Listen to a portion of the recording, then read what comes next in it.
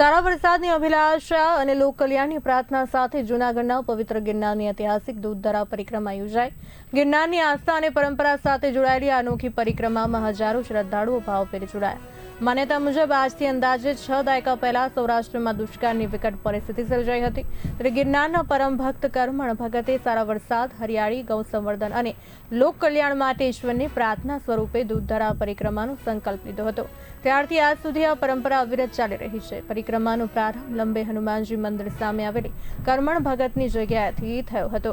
ત્યારબાદ ભવનાથ મહાદેવ મંદિરે દૂધ અભિષેક સાથે વિધિવત પરિક્રમા શરૂ કરવામાં આવી અને માર્ગમાં આવતા શિવ મંદિરોમાં દૂધધરા અર્પણ કરવામાં આવી। વન વિભાગ દ્વારા શ્રદ્ધાળુઓની ચકાસણી કર્યા બાદ જંગલ વિસ્તારમાં પ્રવેશ આપવામાં આવ્યો। ઇટવા નાકા પાસે પહોંચેલી દૂધધરા પરિક્રમામાં જંગલ વિભાગના અધિકારીઓ તેમજ ધારાસભ્ય સહિતના આગેવાનોએ પણ પવિત્ર દૂધધારાનો લાભ લીધો હતો અને આ પ્રસંગે ડેપ્યુટી મેયર આકાશ કટારા, ધારાસભ્ય Sanjay Kordia, standing committee chairman Pallaviben સહિતના આગેવાનો ઉપસ્થિત રહ્યા।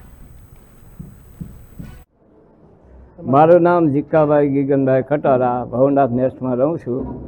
આજથી 70 વર્ષ પહેલાં આ પરિક્રમા ચાલુ થઈ દૂધધારા।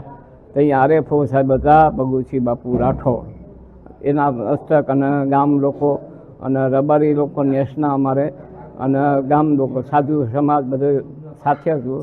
એ સમયથી અમારે પરિક્રમા દૂધધારાની ચાલુ છે અને આ વરસાદ સારો થાય એની માટે કે ભાઈ દૂધધારા આપણે ચાલુ કરીએ એટલે વરસાદ સારો થાય કે ભાઈ એ સમયથી ચાલુ છે અમારે અને હજી ચાલુ જ છે। બોલો જય ગિરનારી, જય ગિરનારી। બોલો ગિરનારી મહારાજ શ્રી કર્મણ ભગત પરિક્રમા બોલું છું કે ગિરનાર દૂધધારા પરિક્રમા આજે 72 વર્ષથી